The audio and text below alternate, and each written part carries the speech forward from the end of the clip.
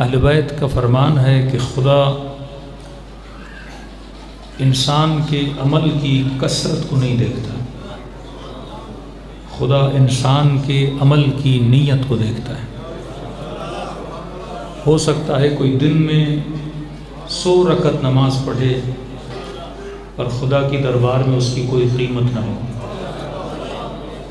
اور ہو سکتا ہے اللہ کی دربار میں صبح کی 2 رکعت نماز کی قیمت اس 100 رکعت سے زیادہ۔ کہا وہ عمل کو نہیں دیکھتا، وہ عمل کی نیت کو دیکھتا ہے۔ شاید کوئی کہے کہ میرا عمل بہت بڑا تھا، کوئی 1 کروڑ اللہ کی راہ میں دے اور کوئی 100 روپیہ اللہ کی راہ میں دے، تو خدا کروڑ دینے والے کے کروڑ کو نہیں دیکھتا، نہ 100 دینے والے کے 100 کو دیکھتا ہے۔ اللہ دیکھتا ہے دینے والے کی نیت کیا تھی۔ ہارون مسجد بنا رہا تھا، جناب بہلول نے دیکھا کہ مسجد بنائی جا رہی ہے، بہت بڑی مسجد، کہ کیا کر رہے ہو؟ کہ اللہ کی راہ میں اللہ کا گھر بنا رہا ہوں۔ کہ بہت اچھا کام ہے۔ کہ ہارون ایک مشورہ دوں؟ کہ دو۔ کہ اس مسجد کے باہر لکھ دو بہلول مسجد۔ تو ہارون نے کہا لوگ تجھے پاگل کہتے ہیں پر تو بہت سیانا ہے، کہ مسجد بناؤں میں، نام لکھوں تیرا، پیسہ لگاؤں میں، مزدوری کرواؤں میں، نام لکھوں تیرا۔ تو بہلول نے کہا میں یہی تو سمجھانا چاہ رہا تھا، تو مسجد نہیں بنا رہا، تو اپنا نام بنا رہا۔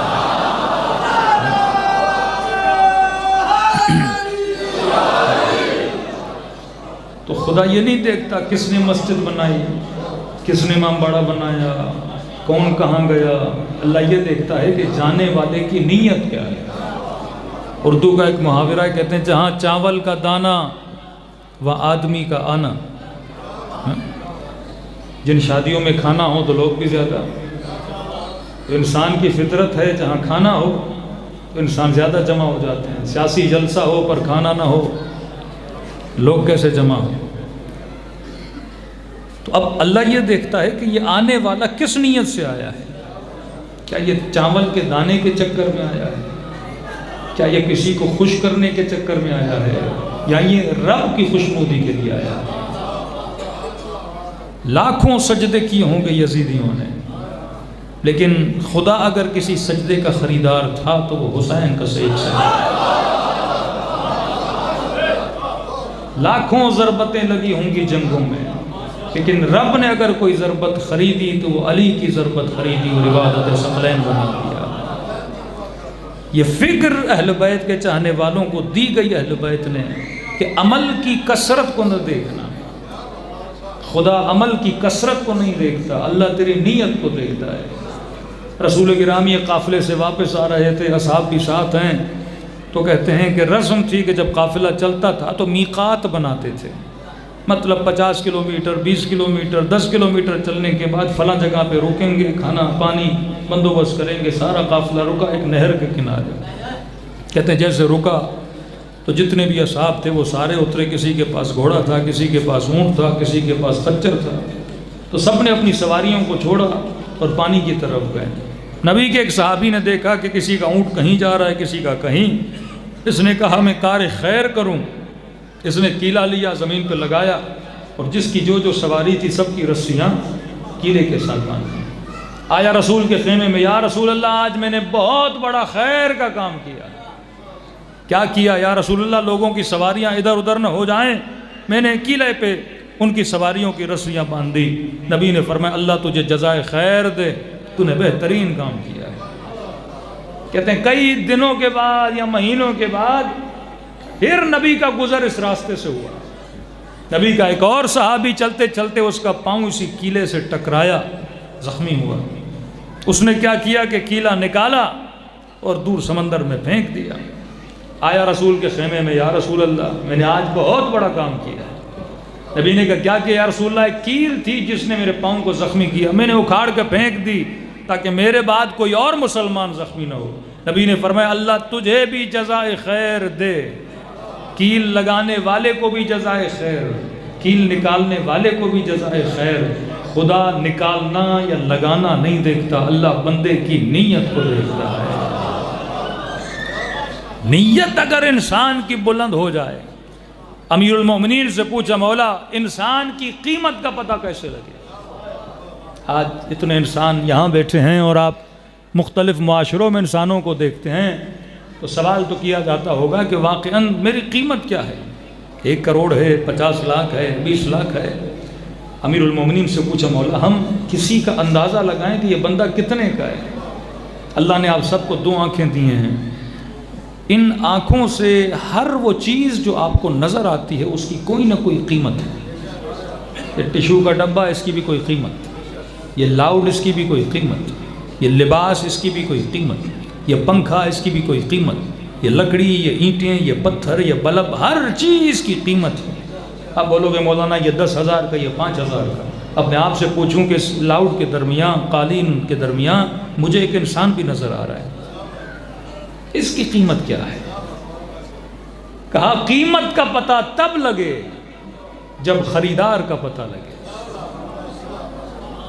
لاؤڈ خریدے انسان، کپڑا خریدے انسان، اینٹ اور مٹی اور پنکھا خریدے انسان، سوال یہ ہے کہ تجھے کون خریدے گا؟ ٹشو کا خریدار انسان ہے، انسان کا خریدار کون ہے؟ فرمایا اس منڈی میں 2 تیرے خریدار ہیں، یا تیرا خریدار حسین ہے یا تیرا خریدار یزید ہے۔ یزید کیا قیمت لگائے گا؟ مولا حسین کیا قیمت لگائیں گے؟ کہ آؤ کربلا کے میدان میں دیکھو کس کی قیمت کیا لگی۔ امیر المومنین سے پوچھا مولا انسان کی قیمت کربلا میں کیا قیمت لگی؟ وہ بات میں آتا ہوں۔ پیارا جملہ مولا نے امام نے فرمایا قیمت امرئ ہمتہ، فرمایا انسانوں کی قیمت کا پتہ ان کی ہمتوں سے لگایا جاتا ہے۔ جس کی ہمت جتنی بلند اس کی قیمت اتنی بلند، جس کا ارادہ جتنا بلند اس کی قیمت اتنی بلند۔ اور میں قیمت کی بات کر رہا ہوں پاکستان میں، کیونکہ ہمارا ملک وہ ہے جہاں ہر چیز بکتی ہے۔ یہاں آدمی بھی بکے، یہاں ایمان بھی بکے، یہاں مفتی بھی بکے، یہاں مولوی بھی بکے، یہاں ایم پی اے بھی بکیں، یہاں ایم این اے بھی بکیں، یہاں سینیٹر بھی بکیں، یہاں وزیر بھی بکیں۔ آج بہت بڑی منڈی لگی ہوئی ہے اسلام آباد میں، دنیا کا واحد ملک ہے جہاں 20 کروڑ میں سینیٹر بکتے ہیں، 40 کروڑ میں ایم این اے بکتے ہیں۔ یہ شان ہے پاکستان کی، یہ ہر چیز بکتی ہے۔ اب مولا سے پوچھا مولا انسان کی قیمت کا، انسان کی ہمت بتائے گی۔ اگر اس کی ہمت 20 کروڑ کی ہے تو کتنے میں خود کو بیچتا ہے؟ تو خود اس کا تعین کرتا ہے، تیری قیمت خدا نہیں لگاتا، تو خود اپنی قیمت لگاتا ہے کہ بتا تو کتنے میں بکنا چاہتا ہے۔ آؤ کربلا کے میدان میں ابن سعد بکا شہر رے کی حکومت کی قیمت میں، جس نے حبیب ابن مظاہر کا سر لیا تھا، کہتے ہیں وہ 400 درہم میں بکا تھا، کوئی بکا 1000 درہم میں۔ لیکن میں کہتا ہوں آؤ حبیب سے پوچھو، حبیب تیری قیمت کیا ہے؟ سعید تیری قیمت کیا ہے؟ جناب زہیر آپ کی قیمت کیا ہے؟ تو حبیب کا جواب ملا کہ میری قیمت بس اتنی ہے کہ حسین مسکرا دے، ایک مسکراہٹ امام حبیب کی قیمت ہے۔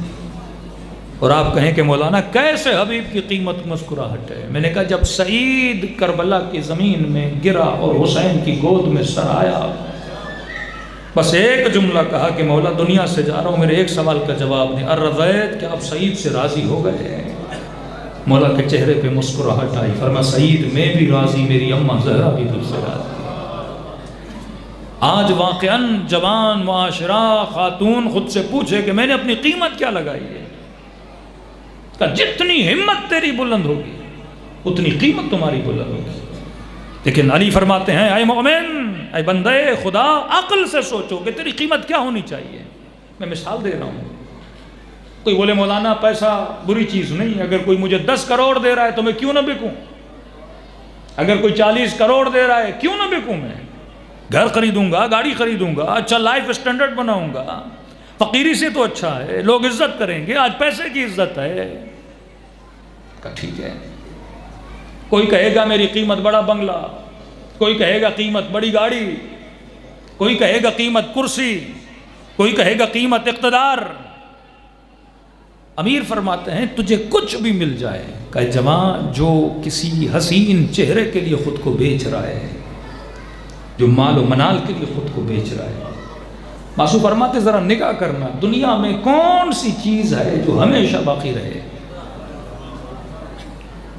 چھوٹے چھوٹے بچوں کو، ماؤں بہنوں کے لیے اپنی نسلوں کو سمجھانے کے لیے ایک کام کیا کرو، ایک سیب لو اور اپنے بچے کو دو. اب دو چیزیں ہیں، یا سیب کو کھاؤں یا سیب سے محبت کروں. عقل کا حکم ہے سیب ہے کھانے کے لیے، محبت کے لیے نہیں. اب کوئی کہتا نہیں مجھے سیب سے عشق ہے، محبت کرنی ہے. ہم کہیں گے ٹھیک ہے محبت کرو بیٹا، اسے کھاؤ نہیں. وہ سیب کو سنبھال کے الماڑی میں رکھے گا. ایک ہفتے کے بعد جب الماڑی کھولے گا اس سیب میں کیڑا لگ جائے گا. سیب میسج دے رہا ہے کہ میں کھانے کے لیے ہوں، عشق کرنے کے لیے نہیں. کیوں؟ کیونکہ میں فنا ہو جاؤں گا اور مجھ سے عشق کرو گے، یہ عشق تجھے تباہ کر دے گا. روتے رہو گے، جس سے عشق کیا تھا وہ تو چلا گیا، جس سے محبت کی تھی وہ تو چلا گیا. کہ دنیا کا ایک حسین دکھاؤ جس کا حسن ہمیشہ کے لیے باقی رہے. چہرے پہ جھریاں آ جاتی ہیں، حسن کو بھی فنا، مال کو بھی فنا. بہترین عمارت بناؤ، فنا. آج نئی 2024 کی گاڑی لے کر آئے، 10 سال کے بعد قیمت گر جاتی ہے، زنگ لگ جاتا ہے. تو فرمایا عقل سے سوچو، تجھے دنیا میں جو بھی ملے گا وہ آخر ختم ہو جائے گا، فنا ہو جائے گا. تو پھر تمہاری قیمت کیا ہوئی؟ فنا. اب عقل سے پوچھو قیمت بقا چاہتے ہو یا فنا؟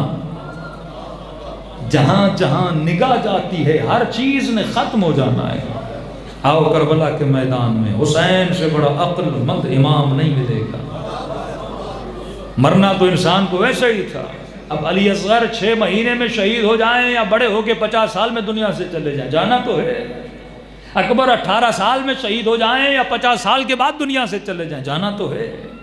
سب نے کہا مرنا تو ہم نے ہے، لیکن بہترین موت وہ ہے جو فنا کے لیے نہ ہو، بقا کے لیے. آج کتنے ہیں جو یزید کو یاد کرتے ہیں اور کتنے ہیں جو امام حسین کو یاد کرتے ہیں. کہ اگر زندگی بقا کے لیے گزارو گے، میرا بھی وعدہ ہے میں تجھے بقا عطا کروں گا. آیت اللہ نراقی کا جملہ فرماتے ہیں دنیا کی کوئی ایسی لذت نہیں جس کی انتہا نجاست نہ ہو. کھانا کھاؤ گے انتہا نجاست، پانی پیو گے انتہا نجاست، لذت نکاح لو گے انتہا نجاست. فرمایا پھر اپنی عقلوں سے پوچھو ایسی چیز کے عاشق کیوں بنتے ہو جس کی انتہا نجاست ہے؟ ایسی چیز کے عاشق بنو جس کی ابتدا بھی نور ہو اور انتہا بھی نور ہو.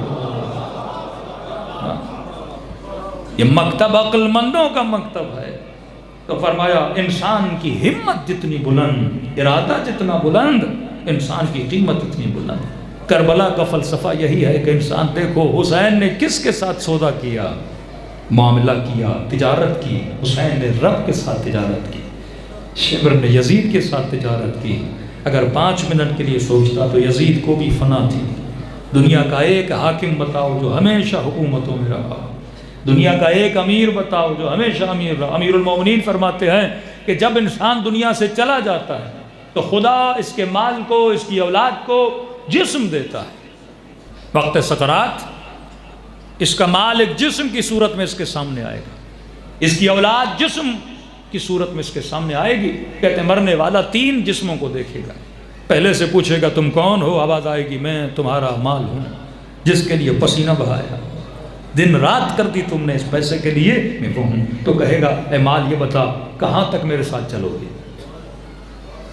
تو مال کہے گا کہ ہم آپ کے لیے کفن خرید لیں گے، ایمبولنس کا بندوبست کر لیں گے، ہم آپ کے لیے بہترین قبر کا بندوبست کر لیں گے، قبر کے اوپر ٹائل لگ جائے گا، بہترین ماربل کا ٹیگ لگ جائے گا کہ فلاں بندہ فلاں ڈیٹ کو مر گیا، اور آپ کے جانے کے بعد مجلس کرا دیں گے، 4-5 دیگیں اتروا دیں گے. مال یہاں تک کہ آگے ہمارا لینا دینا نہیں، آگے تم جانو، تمہارا کام جانو. دوسرے سے پوچھے گا تو کون ہے؟ کہے وہ جسم، کہے گا میں تمہاری اولاد ہوں۔ کہا میرے بچوں کہاں تک میرے ساتھ چلو گے؟ کہیں گے کہ بابا ہم آپ کو غسل دے دیں گے، ہم آپ کا جنازہ قبر میں اتار دیں گے، کاندھوں کو ہلا ہلا کے آپ کی تلقین کو پڑھا دیں گے، 4 قل پڑھ دیں گے، الحمد پڑھ دیں گے، سورہ پڑھ دیں گے، کہ آگے ہمارا کام نہیں ہے۔ مولا فرماتے ہیں 2 جسم ہٹے کٹے اور موٹے ہوں گے، کیونکہ پوری زندگی اس نے ان دونوں جسموں کو کھلایا بھی پلایا بھی، پسینہ انہی کے لیے بہایا، بچوں کے لیے بھاگ دوڑ کی، مال جمع کرنے کے لیے بھاگ دوڑ کی۔ ایک مرتبہ نگاہ کرے گا ایک تیسرا جسم بھی کھڑا ہے جو کمزور سا جسم ہوگا، پوچھے گا تو کون ہے؟ کہاں تک میرے ساتھ چلے گا؟ یہ 2 تو قبر تک چلے اور چھوڑ کے چلے گئے، تو یہ کہے گا میں قبر میں بھی تیرے ساتھ ہوں، برزخ میں بھی تیرے ساتھ ہوں، قیامت میں بھی تیرے ساتھ ہوں، جہاں جہاں جاؤ گے میں تیرے ساتھ رہوں گا۔ کہتے ہیں حسرت کھائے گا، ارے تو کون ہے جو اتنا کمزور ہے؟ میں نے کیا تجھے دنیا میں توجہ نہیں دی تھی؟ کہے گا اے مومن میں تمہارا عمل ہوں، جو یہاں بھی تیرے ساتھ ہوں قیامت میں بھی تیرے ساتھ رہوں گا۔ فرمایا من ثقلت موازینہ فہو فی عیشۃ راضیہ من خفت موازینہ فامہ ہاویہ۔ کہ دنیا میں عیش کرتے ہو نا، آخرت میں بھی ایک عیاشی ہے۔ کہ مولا کون عیاشی کرے گا؟ کہ من ثقلت موازینہ، جس کا وزن وہاں بھاری ہو، یہاں بینک بیلنس بھاری، یہاں ساری نہیں، جس کا وزن وہاں بھاری ہو۔ قرآن کہتا ہے فی عیشۃ راضیہ، وہ عیش کرے گا۔ لیکن فرمایا من خفت موازینہ، جس کا وزن وہاں کم ہو فَأُمُّهُ ہاویہ، وائے ہو اس انسان پر۔ یہ بالکل ایسے ہے کہ آپ کو بولا جائے سیالکوٹ سے پیدل جانا ہے کراچی، کیلکولیٹ کیا کہ مجھے 2 مہینے لگیں گے، 3 مہینے لگیں گے پیدل جانے میں۔ اب سوچے گا 2 مہینے کا پیدل سفر ہے، بولا گیا پانی بھی نہیں ہے راستے میں، کھانا بھی نہیں ہے راستے میں، تو یہ کیا کرے گا؟ اپنے لیے کھانا بھی اٹھائے گا، ڈرائی فروٹ بھی اٹھائے گا، پانی کا بندوبست بھی کرے گا۔ ارے 2 مہینے چلنا ہے، تھوڑی سی دوائی بھی اٹھائے گا، بیمار ہو گیا تو یہ کروں گا، کمبل بھی اٹھائے گا، چیزیں بھی اٹھائے گا، یعنی پوری ضرورت سفر کی چیزیں اپنے ساتھ اٹھائے گا تاکہ سفر میں بھوکا نہ مروں۔ قرآن کہتا ہے من خفت موازینہ، وہاں لمبا سفر کرنا ہے، سامان پورا لے کر آنا۔ جو پورا سامان لے کر آئے گا فرمایا وہ عیش کرے گا، لیکن جو خالی ہاتھ آئے گا فَأُمُّهُ ہاویہ، وہ در در کے دھکے کھائے گا۔ جب کسی عالم کے بیٹے نے باپ کو خواب میں دیکھا، پوچھا بابا یہ بتائیے اگر ایک دن دنیا میں واپس بھیجا جائے آپ کون سا کام کریں گے؟ کہ بیٹا ایک دن کے لیے بھی دنیا میں آؤں تو میں امام رضا کی زیارت کو جاؤں گا۔ پوچھا کہ بابا ایسا کیوں؟ فرمایا میرے لال مجھے نہیں پتا تھا ایک معصوم کی زیارت کے ثواب کا اثر مرنے کے بعد کتنا ہوتا ہے۔ کام زندگی میں اگر 40 مرتبہ امام کی زیارت کے لیے گیا تھا، ہر زیارت کے بدلے میں 3 مرتبہ وہ مجھ سے ملنے کے لیے یہاں پہ آئے۔ میں اس ملاقات کا اثر تمہیں بتا نہیں سکتا۔ تو وہ عمل جو انسان یہاں کرے اور اسے پھل کہاں ملے؟ وہاں ملے۔ کسی نے پوچھا کہ مولا جب ہم سورہ حمد پڑھتے ہیں، ابتدا الحمدللہ رب العالمین الرحمن الرحیم، چوتھی آیت ہے مالک یوم الدین، اللہ کس کا مالک ہے؟ یوم الدین مطلب قیامت کا مالک ہے۔ تو کیا خدا دنیا کا مالک نہیں؟ کہے یہ کیوں بولا؟ الرحمن الرحیم کے بعد کہو کہ مالک یوم الدین، میں کس کا مالک ہوں؟ قیامت کا۔ یہ بول دیتا نا میں دنیا کا بھی مالک ہوں قیامت کا بھی مالک ہوں۔ صرف یہ کیوں کہا کہ وہ خدا جو کس کا مالک ہے؟ قیامت کا۔ فرمایا اس لیے کیونکہ قیامت واحد جگہ ہے جہاں انسان 100% یہ محسوس کرتا ہے کہ میرا مالک کون ہے؟ خدا ہے۔ دنیا میں محسوس نہیں ہوتا۔ یہاں مال کی وجہ سے سمجھتا ہے مالک میں ہوں، یہاں طاقت کی وجہ سے سمجھتا ہے مالک میں ہوں، یہاں شہرت کی وجہ سے سمجھتا ہے مالک میں ہوں، یہاں اقتدار کی وجہ سے سمجھتا ہے مالک میں ہوں۔ مثال دی کا جب آسمان پہ بادل بارش برساتے ہیں تو دیکھنے والے کہتے ہیں بارش کون برسا رہا ہے؟ بادل برسا رہے ہیں۔ کہ یہ بادل بندوں کو خدا تک جانے نہیں دیتا، کہ دنیا کے اندر جتنے اسباب ہیں انسان جب سبب کو دیکھتا ہے تو مسبب کو بھول جاتا ہے، لیکن فرمایا جب انسان دنیا سے جاتا ہے تقطعت بہم الاسباب، اسباب جب کٹ جاتے ہیں اس وقت پتہ چلتا ہے کہ مالک حقیقی کون ہے۔ فرمایا انصاب جب کٹ جاتے ہیں یوم لا ینفع مال ولا بنون، جس دن نہ مال کام آئے گا نہ اولاد کام آئے گی، اس وقت سمجھے گا مالک کون ہے۔ فرمایا قیامت کے دن انسان کی زبان بھی انسان کا ساتھ نہیں دے گی، جب معذرت کرنے والے معذرت کرنا چاہیں گے اللہ اجازت نہیں دے گا زبان کو بولنے کی، اس وقت سمجھے گا کہ مالک کون ہے۔ فرمایا وہاں پر بادشاہتیں ختم ہو جاتی ہیں تو قیامت ایک ایسا دن ہے جس دن انسان محسوس کرے گا کہ واللہ اگر کوئی مالک ہے تو پروردگار عالم ہے۔ فرمایا دنیا کے اسباب نے لوگوں کو اندھا کیا اور دشمن اہل بیت بنے، لیکن آؤ کربلا کے میدان میں ایک امام تجھے مصلی پہ نظر آتا ہے، آؤ کوفے کے شہر میں ایک علی ہیں جو مناجات پڑھتے ہوئے نظر آتے ہیں، آؤ سیدہ کے گھر میں ایک بی بی ہیں جو مصلی پہ تسبیح پڑھتی ہوئی نظر آتی ہیں اور یہ پیغام دیتے ہوئے نظر آتے ہیں، ارے تخت و تاج اپنی جگہ لیکن یہ عبادت بتا رہی ہے کہ اے خدا میرا مالک کون ہے، تو میرا مالک ہے۔ اور رب کی آواز آتی ہے جتنا تو مجھے یاد کرے گا اتنا میں خدا تجھے یاد کروں گا۔ فرمایا یہ وہ ذکر حسین کی حرارت ہے جو خدا کبھی بجھنے نہیں دیتا۔ کیوں بجھنے نہیں دیتا؟ کیونکہ حسین وہ ہے جس نے نو کے نیزہ پر بھی ذکر خدا کو بلایا نہیں، تو اللہ کا وعدہ تھا حسین تو نے میرے ذکر کو زندہ رکھا، میں خدا تیرے ذکر کو زندہ رکھوں گا۔ زندہ باد، زندہ باد، یزیدیت مردہ باد، یزیدیت مردہ باد۔ اللہم صلی علی محمد محمد وعجل فرجہم۔ زندگی لگا دی آل رسول نے۔ ہمارے جوان اہل بیت کی زندگی کا مطالعہ بہت کم کرتے ہیں۔ دیکھیے جب آپ شادی کرتے ہیں تو کچھ حق بیوی کے آپ پر واجب ہوتے ہیں، کچھ حق شوہر کے بیوی پر واجب ہوتے ہیں۔ جب آپ دنیا میں آتے ہو خدا کسی کو آپ کا باپ بناتا ہے، ماں بناتا ہے، اس ماں کے حق ہوتے ہیں بیٹے پر، اور بیٹے کے حق ہوتے ہیں ماں باپ پر۔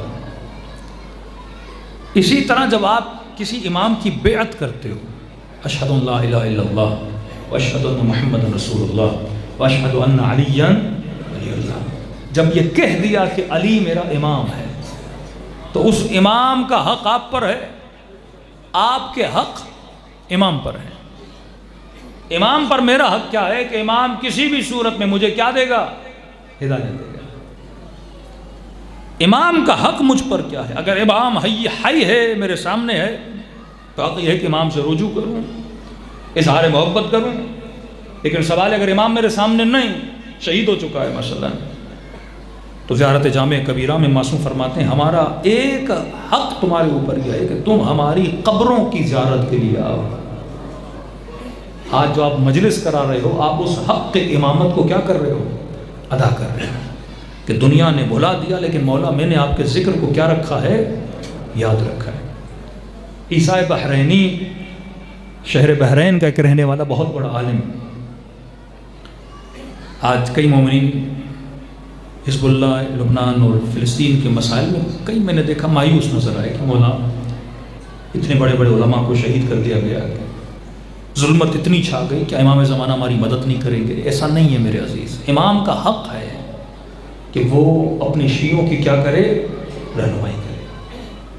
معصوم فرماتے ہیں کبھی اندھیری رات اتنی زیادہ اندھیری ہو جاتی ہے جو کمزور دل ہے لوگ ہیں وہ ایمان کو چھوڑ دیتے ہیں، لیکن فرمایا خدا اس اندھیری رات میں ایک ہلکی سی چمکتی ہوئی روشنی نکالتا ہے جس سے مومنوں کے دلوں کو خدا کیا عطا کرتا ہے؟ قوت عطا کرتا ہے۔ بحرین بادشاہ سنی لیکن محب اہل بیت، وزیر کٹر متعصب دشمن اہل بیت، بڑی کوششیں کرتا تھا کہ بحرین کے شیعوں کو بادشاہ ان کے مکتب اور مذہب کو بدل دے، لیکن کامیاب نہیں ہوا۔ ایک دن اس وزیر صاحب نے، اب پرانا زمانہ سائنس کا زمانہ نہیں، اپنے درخت سے ایک انار لایا، کہا بادشاہ سلامت شیعوں کا جو عقیدہ ہے اور ہمارا جو عقیدہ ہے، اگر شیعہ سچے تو انار بتائے گا، اگر ہم سچے وہ بھی انار بتائے گا۔ اب بادشاہ پریشان، انار کیسے بتائے گا؟ کہ قبلہ یہ دیکھیے میرے درخت پہ ایک انار اگا ہے۔ بادشاہ نے انار دیکھا، انار پہ کچھ لکھا ہوا تھا، ایسا نہیں پین سے، نہیں، قدرتی طور پر انار پہ کچھ لکھا تھا۔ اشہد ان لا الہ الا اللہ، اشہد ان محمد رسول اللہ۔ اور جتنے مسلمانوں کے 4 خلفاء ہیں، اشہد ان پہلا، اشہد ان دوسرا، اشہد ان تیسرا، اور اشہد ان چوتھے خلیفے کا نام۔ کہ بادشاہ سلامت، اب یہ کتابی بات نہیں ہے، یہ اللہ کی طرف سے انار، انار پہ نام۔ بادشاہ بھی پریشان ہوا کہ واقعی یہ عقیدہ تو الہی عقیدہ ہے۔ شیعہ علماء کو بلایا، سارے علماء جمع، کیا مسئلہ ہے؟ اب دیکھیے اگر اعتراض قرآن میں دلیل کے طور پہ کسی آیت سے دیا جائے، حدیث سے دیا جائے تو مولوی جواب دے، آیت کے مقابلے میں آیت، حدیث کے مقابلے میں حدیث، تاریخ کا حوالہ ہو تو یہاں سے بھی تاریخ، تو ایک کتاب دوسری کتاب، ایک حوالہ دوسرا حوالہ، تو بحث مناظرہ، بات کہیں نہ کہیں آگے کسی نتیجے پہ آ جاتی ہے۔ عقلی بات ہو تو عقلانی دلیل ہو۔ شیعہ عالم جمع ہو گئے، بادشاہ نے کہا بھائی یہ اللہ کی طرف سے انار کے درخت پہ ایک انار اگا ہے اور اللہ نے صحیح عقیدہ انار پہ لکھ کے بھیجا ہے، اس کا جواب دو۔ شیعہ مولویوں نے انار لیا، ہر بندہ پریشان ہو گیا، ایمان کے پکے تھے پر دیکھ کے پریشان تو ہو رہے تھے کہ یہ انار پہ کیا ہے۔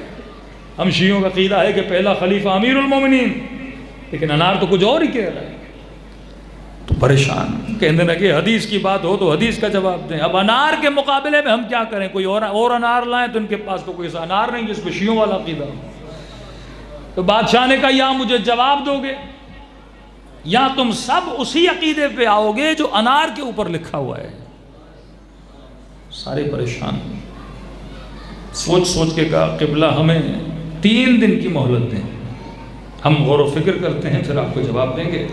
وزیر نے انار دے لیا کہ میں انار ان کو نہیں دوں گا، یہ تو معجزے والا انار ہے بھائی۔ انار اپنے طرف رکھ دیا، یہ چلے گئے، خود پریشان کیا کریں۔ واقعاً ایک انار پر قدرتی طور پہ اگر کچھ لکھا ہوا ہو اس کا جواب آپ کیا دیں گے؟ تو انہوں نے کہا کہ معصوم کا حکم ہے کہ جب تمہاری دلیل، استدلال، سوچ، فکر اپنے اختتام پہ پہنچے تو رجوع پھر اپنے امام زمانہ سے کیا کرو۔ مراجع بھی جواب نہیں دے پا رہے، بڑے بڑے علماء جواب نہیں دے پا رہے، فیصلہ کیا کہ 3 دن ان سارے علماء میں سے جو سب سے زیادہ متقی 3 ہیں ان کو چنیں گے اور ڈیلی ایک رات کو جائیں گے، امام زمانہ سے رجوع کریں گے اور مولا سے پوچھیں گے۔ پہلا عالم گیا، پوری رات گزری، کوئی جواب نہیں ملا۔ دوسرا عالم گیا، صبح تک روتا رہا کہ مولا مکتب کا مسئلہ ہے، مذہب کا مسئلہ ہے، تشیع کا مسئلہ ہے، ملت کا مسئلہ ہے، پورے بحرین سے شیعت ختم ہو جائے گی، مولا بادشاہ بڑا ظالم ہے، کوئی جواب نہیں ملا۔ تیسرے دن گئے ایک عالم جن کا نام تھا عیسیٰ بحرینی، کہتے ہیں پوری رات دعا کرتا رہا، روتا رہا، صبح کی اذان آئی، نماز پڑھی، ہلکی ہلکی روشنی آ گئی، کہ بس اتنا تھا کہ میں مایوسی میں چلا گیا۔ میں نے کہا مولا یہ مکتب ہمارا نہیں، یہ مذہب ہمارا نہیں، ہم تو اس کے چلانے والے ہیں، سنبھالنے والے ہیں، خادم مکتب ہیں۔ اب اگر بادشاہ ہمیں کہتا اپنے دین اور عقیدے اور مذہب کو بدلو تو مولا اب ہمارے پاس کوئی جواب نہیں ہے۔ کہتا رو کے مسلح سے اٹھنا ہی چاہتا تھا تو کسی نے پیٹھ پہ آ کے ہاتھ رکھا، عیسیٰ بحرینی پریشان وہ ہوں جن کے امام مردہ ہوں۔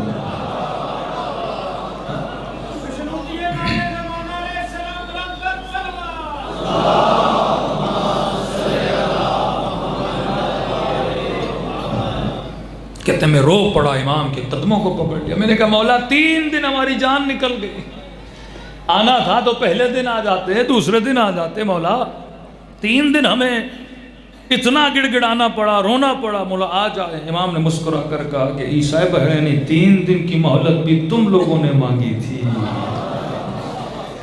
اگر اسی وقت رجوع کرتے تو میں کوئی نہ کوئی جواب تم تک پہنچا دیتا۔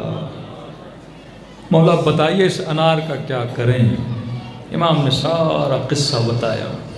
خوشی خوشی عیسیٰ بحرینی واپس آیا، علماء کا وفد لے کے بادشاہ کے پاس آیا، پہنچے گا بادشاہ سلامت، جواب تیار ہے۔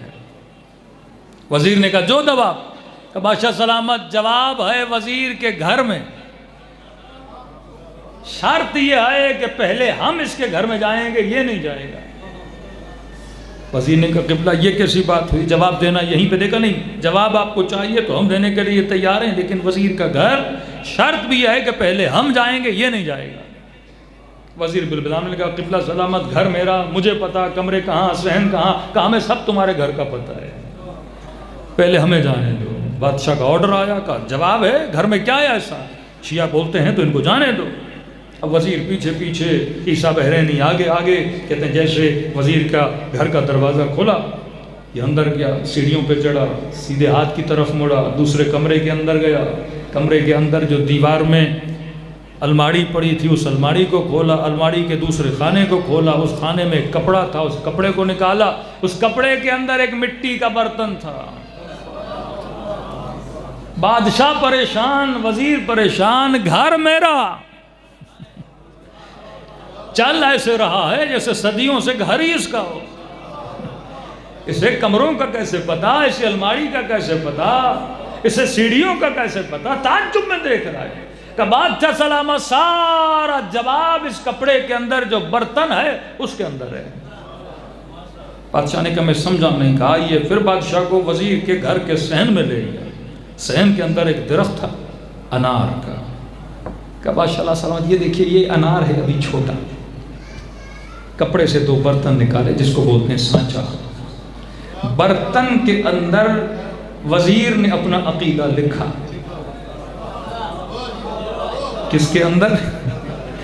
برتن کے اندر، اس نے برتن کی کناریوں پہ اشہد ان لا الہ الا اللہ اور آگے ساری تحریک اس نے لکھ دی۔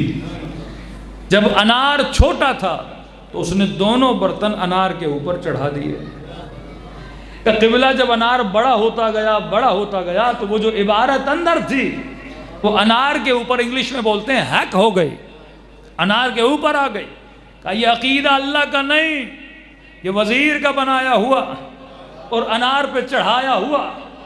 بادشاہ پریشان ہوا کہ یہ بات تو میں سمجھ گیا، لیکن یہ بتا تجھے کیسے پتا چلا کہ ہم وہ ہیں جن کا امام زندہ ہے؟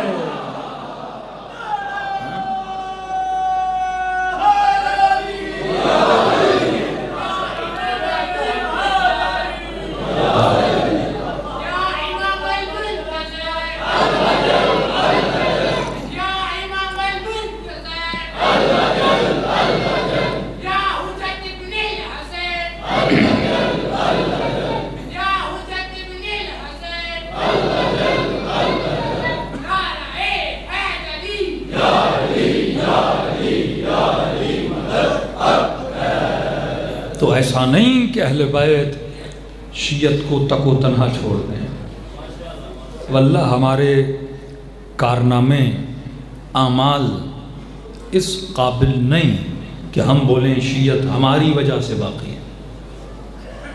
اگر فرزند زہرا کی دعا نہ ہوتی، تشیع نہ ہوتی، آج استعمار، آج دنیا کی بڑی بڑی طاقتیں، امریکہ ہو، اسرائیل ہو، برٹن ہو، کس کے دشمن ہیں؟ تشیع کا۔ کون سا مکتب و مذہب ہے جس کے لیے بجٹ پاس کیا جائے، ملینز آف ڈالرز بجٹ پاس ہوتا ہے کہ شیعت کو ختم کیسے کیا جائے، شیعہ کو شیعہ سے لڑایا کیسے جائے، ان کے اندر تفرقہ کیسے پیدا کیا جائے، ان کی قوت کو ختم کیسے کیا جائے۔ کسی کے خلاف اتنا پروپیگنڈا نہیں ہوتا جتنا آپ کے خلاف ہوتا ہے۔ خدا کہتا ہے مکر اللہ واللہ خیر الماکرین، وہ تو اپنا زور لگا رہے ہیں، ہم دشمن کی باتوں میں بھی آ جاتے ہیں، لیکن اس کے باوجود آج پورے عالم اسلام میں اگر خدا نے کسی مکتب کو عزت دی ہے وہ کون ہے؟ شیعہ۔ آج اسلام کا سب سے بڑا دشمن، میں کہتا ہوں کل بھی یزید کے مقابلے میں اگر کوئی کھڑا ہوا تو حسین۔ رسول کے زمانے میں مرحبوں کے مقابلے میں کھڑے ہوئے تو علی ابن ابی طالب، اور آج بھی دنیا کی ظالم ترین ریاستوں کے مقابلے میں اگر کوئی کھڑا ہے تو علی ولی اللہ کا چاہنے والا کھڑا ہے۔ اس سے بڑی کوئی عزت ہوتی ہے؟ $2 بلین کا ایک ٹینک آتا تھا جو سعودی عرب کو دیا گیا جب یمن وار چل رہی تھی۔ جان کیری امریکہ کے وزیر خارجہ تھے، سعودی عرب کے وزیر خارجہ کو بلایا، کہا تم لوگوں کو شرم نہیں آتی؟ اتنے مہنگے ٹینک دیے ہم نے، اور ہمیں پتہ لگ رہا ہے کہ یہ یمنی قد کے چھوٹے دبلے پتلے پھٹی ہوئی چپلیں، سوویت یونین زمانے کی کلیشنکوف، کہا یہ پھٹی ہوئی چپلوں والے آتے ہیں تم سے ٹینک چھین کے چلے جاتے ہیں، اسلحہ دیا، ٹینکیں دی، سب کچھ دیا۔ دیکھو ٹینک آپ لوگوں کو دے سکتے ہو، علی والی شجاعت تو نہیں دے سکتے۔ یہ بہادری کہاں سے دے گا کوئی مکتب؟ آج اگر فلسطین کے اہل سنت بھی اسرائیل کے مقابلے میں کھڑے ہیں، آئیڈیالوجی کہاں سے لے رہے ہیں؟ امام حسین سے نا۔ ہیہات من الذلہ کا نعرہ کس کا نعرہ ہے؟ اب عبداللہ حسین کا نعرہ ہے نا۔ وقت کے یزیدوں کے مقابلے میں کھڑا ہونا کس نے سکھایا؟ امام حسین نے سکھایا نا۔ مدینے میں اکابر اصحاب تھے، مفتی طارق مسعود سے پوچھا گیا نا، اتنے بڑے بڑے صحابی تھے، کہ صرف حسین کیوں اٹھے یزید کے مقابلے میں؟ ایک حسین نظر آتے ہیں ہر زمانے میں، بنو عباس، بنو امیہ، ہر زمانے میں شہنشاہیت ایران ہو، کون اٹھا؟ شیعہ اٹھے۔ آج کون ہے جو اسرائیل کے مقابلے میں کھڑا ہے؟ یہ فکر کون بانٹ رہا ہے؟ ان کو خوف ہے کہ یہ تشیع کی جو فکر ہے یزید کے مقابلے میں کھڑے ہونے کی، اگر یہ فکر پھیل گئی تو دنیا کی کسی بھی تخت پہ کوئی ظالم بیٹھ نہیں پائے گا اگر وہاں پہ حسینی فکر آ گئی تو۔ مسئلہ اس فکر سے ہے کہ یہ امام حسین کی آئیڈیالوجی، تو امام حسین اپنی شہادت سے تھی۔ آج یمن کا شیعہ اگر زیدی شیعہ ہے، 4 امامی شیعہ ہے، لیکن حسین کو تو مانتا ہے، تو جس نے حسین کو مان لیا اس نے فکر حسین کو بھی مان لیا نا۔ یہ فکر امام حسین ہے جو آپ کو کیا دے رہی ہے؟ عزت دے رہی ہے۔ موت کا خوف نہ ہونا، شجاع ہونا، نڈر ہونا۔ حجر ابن عدی کہتے ہیں مولا علی کے سر پہ ضربت لگی، مولا علی کمرے میں تھے، اصحاب امیر المؤمنین، مولا کا ایک چھوٹا سا کمرہ تھا، باہر ایک برآمدہ تھا، سارے اصحاب برآمدے میں بیٹھے تھے۔ مولا علی زخم لگی، کہہ رہے ہر صحابی کھڑا ہوتا تھا اور امیر المومنین کی شان میں قصیدے پڑھتا تھا، فضائل باری باری، کبھی غمبر پڑھے، کبھی سلمان پڑھے، کبھی حجر پڑھے، کبھی زبیر پڑھے۔ کہہ رہے جب حجر نے علی کی شان میں قصیدے پڑھنا شروع کیے تو مولا علی کی آنکھ کھلی، کانوں پہ آواز ٹکرائی، کہا حسن یہ کون ہے؟ کہا بابا حجر ہے، آپ کے قصیدے پڑھ رہا ہے۔ کیسے؟ اندر بلا، اندر آیا، امام نے سرانے پہ بٹھایا، آنکھوں سے آنسو بہ رہے ہیں حجر کے، مولا آپ کے جانے کے بعد اس دنیا میں جینے کا مزہ نہیں رہے گا۔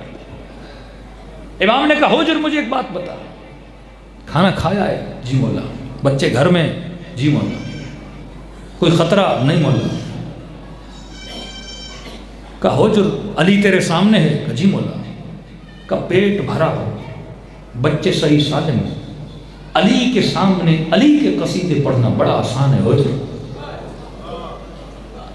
یہ بتا جب بچوں کی جان کو خطرہ ہوگا، بھوک اور پیاس ہوگی، سامنے تلواریں ہوں گی، اور اس وقت تجھے بولا جائے کہ علی کے قصیدے نہ پڑھ، کیا پڑھو گے؟ مولا کو دیکھا، رو کر کہا واللہ لو قطعت عربا عربا، علی مجھے قسم ہے خدا کی اگر تلوار سے ٹکڑے ٹکڑے بھی ہو جاؤں مولا پھر بھی آپ کے قصیدے پڑھوں۔ امام نے کہا قد صدقت، تو سچ کہہ رہا ہے۔ مولا شہید ہو گئے، شام کے سفر پہ حجر گیا، امیر شام کے سپاہیوں نے پکڑ لیا، ساتھ میں 2 بچے، بھائی بھی ہیں، فیملی بھی ساتھ ہے، کہا حجر علی کی شان میں گستاخی کر نہیں کروں گا، کھٹا کھودا، آگ جلائی، کہا زندہ جلائیں گے، کہا جلا دو، کہا تلواروں سے کاٹ دیں گے، کہا کاٹ دو، کہا بیٹوں کو مار دیں گے، کہا مار دو۔ پریشان ہو کے کہا حجر اتنا ڈرا رہے ہیں، ڈر کیوں نہیں رہے گا؟ جس سے تو ڈرا رہا ہے علی نے بستر پہ پہلے ہی بتا دیا تھا، اور میں نے تب وعدہ کیا تھا لو قطعت عربا عربا، اگر کٹ بھی جاؤں مولا آپ کی راہ، آپ کے راستے، آپ کے اصول کو نہیں چھوڑوں گا۔ کہتے ہیں حکم ملا کہ حجر کو قتل کر دیا جائے، آگے بڑے تلوار لے کر آئے، سر تن سے جدا کر دیں گے، کہا 1 منٹ ٹھہر جاؤ، ڈر گئے، کہا نہیں، کہا بیٹوں کو مارو گے؟ کہا ہاں، تیرے بعد تیرے بیٹوں کو ماریں گے، کہا ایک چھوٹی سی گزارش ہے، پہلے بیٹوں کو مارو۔ کہا تو کیسا قسی القلب باپ ہے، باپ کہتا ہے میں مر جاؤں بیٹوں کا مرنا نہ دیکھوں. تو کون ہے جو اپنی زندگی میں بیٹوں کا مرنا دیکھنا چاہتا ہے؟ کہ مسئلہ بیٹوں کی محبت کا نہیں، مسئلہ علی کی محبت کا ہے. کا کیا مطلب؟ کا کہیں مجھے مرتا ہوا دیکھ کر ڈر نہ جائیں اور علی کو چھوڑ نہ دیں. پہلے انہیں جنت میں بھیجوں گا، پھر میں علی سے ملنے جاؤں گا.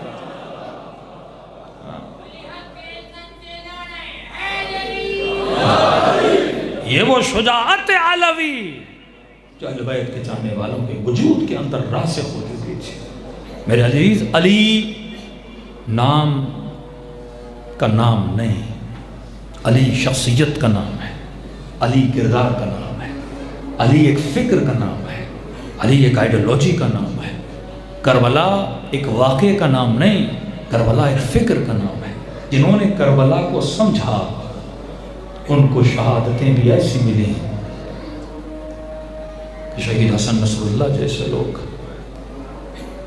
آپ تصور کریں 91 سے لے کے 2024 20 سال 30 سال 34 سال ایک بندہ صرف فکر امام حسین کو اور ظالم کے مقابلے میں ڈٹ جانے کے لیے 34 سال ایک انسان کی سوشل زندگی نہیں، مارکیٹ نہیں جا سکتا، گھوم نہیں سکتا، پھر نہیں سکتا. 34 سال وہ گھر کے اندر بند اور 34 سال مجاہدت میں گزرے. اور ہمارے یہاں بعض لوگ ان شہداء کی توہین کریں. کس کے لیے؟ فکر ابا عبداللہ امام حسین کے لیے. اربوں ڈالر وہابیت نے لگائے شیعت کے خلاف، اربوں ڈالر لگائے امریکہ نے تشیع کے خلاف. لیکن ایک شہید کی شہادت نے تشیع کے سر کو کتنا بلند کر دیا. ایک طرف وہ شیعہ سنی جھگڑا چلائیں اور آج یہ مقام ہے کہ وہاں ایک شیعہ عالم شہید ہوتا ہے اور اس کی غائبانہ نماز جنازہ جماعت اسلامی پڑھاتی ہے. کون سا ایک اہل سنت کا ایسا ملک تھا جہاں شیعہ عالم کے لیے رویا نہیں گیا؟ وہ وہابی جو شیعوں کا نام نہیں لیتے تھے، آپ چلے جائیں چلاس میں، آپ کے علماء کے فوٹو لے کے، تصویریں لے کے انہوں نے جلوس نکالے. کس کا کردار ہے؟ یہ شہادت کا کردار، یہ شجاعت کا کردار. اسماعیل حنیہ اہل سنت کی تنظیم کا ایک رہبر ہے. نماز جنازہ کون پڑھا رہا ہے؟ ایک شیعہ عالم ان کی نماز جنازہ پڑھا رہا ہے. آج وہ قیادت میں اگر رہبریت میں کسی کو مخلص مانتے ہیں تو کن کو مانتے ہیں؟ شیعۃ علی بن ابی طالب کو مانتے ہیں. یہ شجاعت کا علم، یہ شجاعت کا پرچم کسی کے اندر نہیں ہے. آج ایک مسلمان حکمران یہ سوچ بھی نہیں سکتا کہ ٹیلی فون پہ بھی امریکہ کو دھمکی دے، ٹیلی فون پر بھی. لیکن یہ شجاعت ایک جوان کی جس کے پاس 6-7 ہزار روپے کی کلیشن کوف و یمن میں وہ ڈٹ کے امریکہ کے مقابلے میں کھڑا ہے. یہ وہ آئیڈیالوجی امام حسین کی آئیڈیالوجی، جنہوں نے شجاع بنایا، جنہوں نے بہادر بنایا، جنہوں نے خوددار بنایا کہ ذلت کی زندگی سے عزت کی موت بہتر ہے. حوثیوں کے رہبر کا ایک بہت پیارا جملہ میں ہر مجلس میں کوٹ کرتا ہوں. انہوں نے جب سعودی عرب کی جنگ ہو رہی تھی تو انہوں نے سعودی حکمرانوں کو کہا دیکھو تمہارے پاس ٹینکیں بھی ہیں، تمہارے پاس گولیاں بھی ہیں، تمہارے ساتھ امریکہ بھی ہے، تمہارے ساتھ سارے مسلمان ملک بھی جمع ہیں، ان سب کا ساتھ تمہارے ساتھ ہے، لیکن اس کے باوجود تم یمنیوں کو ہرا نہیں پا رہے. اور کہا کہ اس سے یہ ثابت ہوتا ہے تیرے پاس سب ہیں پر تیرے ساتھ خدا نہیں ہے. کربلا میں یزیدیوں کے پاس سب کچھ تھا، مال تھا، دولت تھی، گھوڑے تھے، سب کچھ تھا. پورا زور لگانے کے بعد بھی کہ یزید نے یہ سوچا کہ حسین کو کیسی جگہ پہ شہید کر دیا جائے جو بر و بیاباں ہوں اور کل شہید ہو جائیں، قبر بن جائے، دنیا بھول جائے گی کون حسین، کہاں سے آیا حسین، کہاں شہید ہو گئے، کسی کو یاد نہیں ہوگا. اللہ کی بھی آواز آئی، یزید ایک پلاننگ تو نے کی ہے، ایک پلاننگ حسین کے خدا نے کی ہے. جس حسین کی قبر کو تو جنگل بنانا چاہتا تھا، میں نے اگر حسین کے مقتل کو مومن کے لیے جنت نہیں بنایا تو میں بھی تیرا خدا نہیں بنا. آج چلے جاؤ کربلا میں، 21 ملین لوگ اس سال اربعین میں امام حسین کو سلامی دینے کے لیے آئے. 5 ملین لوگ میرے خیال میں حج پہ گئے، 21 ملین لوگ حسین کے لیے آئے. پوری دنیا میں دو ہی جگہ ہیں جن کو دیکھنے کے لیے اتنے مسلمان جاتے ہیں، یا وہ اللہ کا گھر ہے یا وہ حسین کا مزار ہے۔ پوری دنیا میں دو ہی شہر ہیں جہاں اتنے سجدے کیے جاتے ہیں، یا وہ مکہ ہے یا وہ کرب و بلا ہے۔ یہ دن بدن جو خدا آپ شیعوں کو عزت دے رہا ہے، یہ دلیل ہے کہ امام زمانہ کا ظہور بہت قریب ہے۔ چھاٹی ہو رہی ہے، مخلصوں کو جدا کیا جا رہا ہے، سادہ لوگ جو کسی کام کے نہیں، کھوٹا سکہ، وہ جدا ہو رہے ہیں۔ اب آپ کے اندر حکمت ہوگی، واقعاً آپ امام کے کام آؤ گے۔ فرمایا نسلوں کو فکر امام حسین دو۔ فکر واللہ اگر تشیع میں یہ فکر نہیں رہے گی پھر کوئی فائدہ نہیں۔ قصیدے پڑھیں، ذکر اہل بیت کریں، گریہ کریں، لیکن فکر کے ساتھ۔ فکر نہیں تو خالی نام لینے کا کوئی فائدہ نہیں ہے۔ کہاں یا علی کہنا اور کہاں علی کے ساتھ رہنا۔ ایک سید بزرگوار کسی مسجد میں پیش امام تھے۔ مسجد کے مؤذن نے کہا کہ سید امام زمانہ کیوں نہیں آتے؟ ہم اتنے جلسے، جلوس، مجلسیں، نظر، نیاز، کس چیز کی کمی ہے؟ مولا کیوں نہیں آتے؟ اتنے شیعہ ہیں آج دنیا میں، فرزند زہرا کیوں نہیں آتے؟ جب اعتراض اس مؤذن نے بہت زیادہ بڑھایا تو اس خطیب نے کہا کہ دیکھیے چھٹے امام کی حدیث ہے، جب لوگ کہیں نا، کوئی شخص کہے کہ مولا کیوں نہیں آتے، تو فرمایا اسے کہنا تمہارے عمل کی وجہ سے۔ دیکھو ظہور دو طرح کے، ایک ظہور عام جو مولا کو سب دیکھیں گے، اس وقت کمال نہیں آپ بھی دیکھو گے، ایک ہے ظہور خاص کہ انسان اتنا نیک بن جائے کہ اسے خود امام زمانہ کی زیارت ہو جائے۔ مؤذن کو بڑا غصہ آیا کہ مولوی صاحب، سید صاحب، سارا الزام تم نے ہم پہ دے دیا، اپنے آپ کو دیکھو۔ ہم گریہ کریں، ہم مجلس کریں، ہم نظر کریں، ہم نیاز کریں، ہم جلوس نکالیں، اب ہمیں بول رہے ہو کہ ہماری وجہ سے نہیں آتے۔ کہ آپ صحیح مولوی نہیں ہو، آج کے بعد مسجد میں نماز پڑھانے نہیں آنا۔ مسلح اٹھایا اور سینے پہ دے مارا کہ نکل جاؤ مسجد سے۔ چلے گئے۔ مولانا کہتے ہیں میں گھر چلا گیا، صبح کی اذان ہوئی، نماز پڑھی، صبح میرے گھر کے دروازے پہ کھٹکھٹک، کون؟ ایک بندہ روئے جا رہا ہے۔ کون ہو بندہ خدا؟ مؤذن۔ کیوں رو رہے ہو؟ کیا ہوا ہے؟ کہ سید مجھے معاف کر دو، سید معاف کر دو، تو صحیح کہہ رہا تھا۔ ہوا کیا ہے؟ دروازہ کھولا، اندر بلایا کہ سید خواب دیکھا ہے، خواب نے مجھے جھنجھوڑ دیا ہے۔ کیا دیکھا ہے؟ کہ خواب میں مولا کا ظہور ہو گیا، جشن ہی جشن، جوک در جوک لوگ جا رہے ہیں امام زمانہ سے ملنے کے لیے۔ کہ میں بھی اس بھیڑ میں جمع ہوا اور گیا، بالآخر امام کی زیارت ہوئی، قدم بوسی کی، دست بوسی کی۔ ہر بندہ کہہ رہا تھا مولا میری دکان پہ آئیں، مولا میرے گھر پہ آئیں، مولا میرے شہر میں آئیں، مولا کب آئیں گے؟ سفرے لگائیں گے، آپ کی دعوتیں کریں گے۔ میں نے بھی کہا مولا میرے گھر پہ بھی آئیے، دل ہے مولا، تمنا ہے کہ ایک کھانا میرے گھر پہ ہو جائے۔ امام نے کہا انتظار کرنا، جب وقت ملے گا تو آئیں گے۔ کہتا ہوں خواب کے عالم میں دیکھتا ہوں، میں واپس آیا اپنے گھر میں بیٹھا ہوں، خواب میں ہی دیکھتا ہوں کہ ایک دن اپنے گھر کے صحن کے اندر ایک کرسی لگا کے میں بیٹھا ہوں، اچانک میرے گھر کے دروازے پہ دستک ہوتی ہے۔ جاتا ہوں، دروازہ کھولتا ہوں، کیا دیکھتا ہوں؟ فرزند زہرا دروازے پر ہیں۔ خوشی کے عالم میں کہ مولا آپ میرے گھر میں تشریف لے آئے۔ جلدی سے امام کو اپنی کرسی پہ بٹھایا۔ مولا بھی اتفاق سے بیوی پڑوس میں گئی ہوئی ہیں، بیٹے بھی باہر ہیں، بس تھوڑی دیر آپ بیٹھیں گے، ابھی مولا کھانے کا بندوبست کرتا ہوں۔ امام نے کہا وہ دیکھ لیں گے۔ کہ ایک نگاہ مولا نے میرے گھر کو دیکھا، کہ مؤذن واہ بڑا گھر بنایا ہے، بڑا سامان ہے تیرے گھر میں۔ کہ مؤذن یہ تو بتا تیری تنخواہ کتنی ہے؟ 50,000 تنخواہ ہو اور 50 لاکھ کی گاڑی کھڑی ہو تو دنیا تو سلام کرے گی کہ جناب بڑا مالدار ہے۔ مولا تو پوچھیں گے۔ The accountability of اہل البیت۔ لوگ دشمن امیر المومنین کیوں بنے؟ علی حساب و کتاب لیتے تھے۔ کسی نے نہیں کہا کہ علی کی نماز نہیں پسند، علی کا خطبہ نہیں پسند، علی کی جنگ نہیں پسند، بابا کرتے تھے بخن یا علی۔ لیکن جب مولا نے حساب و کتاب کیا، زبیر نے کہا علی حساب نہ کر، طلحہ نے کہا ہم سے نہ پوچھ کہ ہم نے دولت کیسے بنائی ہے، ہم نے مال کیسے بنایا. یہاں تک بول دیا کہ علی ابن ابی طالب آگے تیری حکومت میں اگر کوئی گڑبڑ ہو تو حساب بھی کرنا، سزا بھی دینا، لیکن پیچھے کیا ہوا یہ ہم سے نہیں پوچھو. کہ وہ امام کا حساب جو پچھلا حساب چھوڑ دے. میں نے کہا تھا مجھے حکومت میں نہیں لاؤ، علی کی عدالت تم سے برداشت نہیں. مؤذن تنخواہ کتنی ہے؟ بولا تھوڑی سی تنخواہ ہے. کہا تھوڑی سی تنخواہ میں اتنا پیسہ کہاں سے بنایا؟ کہتا مولا سے کیا جھوٹ بولتا. کہ مولا بس گناہ گار ہیں، خطا کار ہیں، ادھر ادھر جگاڑ. ہاں کبھی کہاں مولا. امام نے کہا حرام کی کمائی. مولا معافی چاہتے ہیں، جو آپ بولے. امام نے کہا جتنا حرام کا بنایا ہے اللہ کی راہ میں دے دے.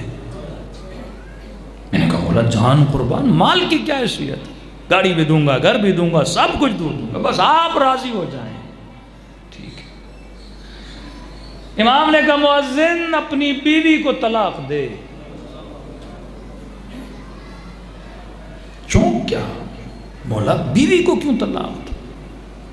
گنہگار ہے کہ نہیں، صالح نہیں کہ نہیں، تارک الصلاۃ ہے کہ نہیں. مولا نماز پڑھتی ہے، نیک ہے، صالح ہے، میرے بچوں کو پالا ہے، بہترین ہے میرے لیے، محبت کرتے ہیں ایک دوسرے سے. مولا کیوں طلاق دو؟ کہا تیری بیوی اچھی ہے، لیکن دیکھو مؤذن تجھے علم نہیں تھا ایک بات کا، میں بتا رہا ہوں. مولا کیا؟ کہا جب تو پیدا ہوا تھا تمہاری ماں کے سینے میں دودھ خشک ہو گیا تھا، دودھ پلانے کے لیے تمہاری ماں نے پڑوس میں بھیجا تجھے. جس خاتون کا تو نے دودھ پیا تھا یہ اسی کی بچی ہے. جب تک علم نہیں تھا تو نکاح جائز تھا، اب میں تجھے بتا رہا ہوں تو حرام ہے، چھوڑ دے. کہتے بھاری دل کر کے میں نے کہا ٹھیک مولا چھوڑ دے. کہتے آدھا گھنٹہ گزرا، باتیں کر رہے تھے، اتنے میں میرے چند بیٹوں میں سے جو میرا بڑا بیٹا تھا دوڑے گھر کا دروازہ کھول کے اندر آیا.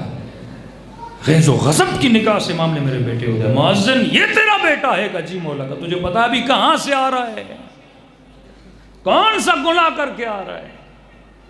یہ ابھی شراب بھی پی کر آیا ہے، زنا بھی کر کے آیا ہے. اے مؤذن میں تمہارے بیٹے پہ حد شرعی جاری کروں گا. کہا مال قربان کیا، بیوی کو چھوڑ دیا. اب جب بیٹوں کی باری آئی مجھے غصہ آ گیا. کہتا اچانک میں کرسی سے اٹھا اور غصے میں کہا کہ کبھی کہتے ہو سامان دے دو، کبھی کہتے ہو مال چھوڑ دو، کبھی کہتے ہو بیوی چھوڑ دو، میرے بیٹے کو مار رہے ہو. میں نے کہا امام تو دور، آپ تو مجھے سید بھی نہیں لگتے. کہ یہ جملے کہنے تھے امام کرسی سے اٹھے، آنکھوں میں آنسو بھر آئے اور فرمائے مؤذن تو اس سید کو کہہ رہا تھا کہ امام کیوں نہیں آتے؟ ارے یہ خواب ہے، امتحان ہے. جب تو اپنے مولا پہ اپنا بیٹا قربان نہیں کر سکتا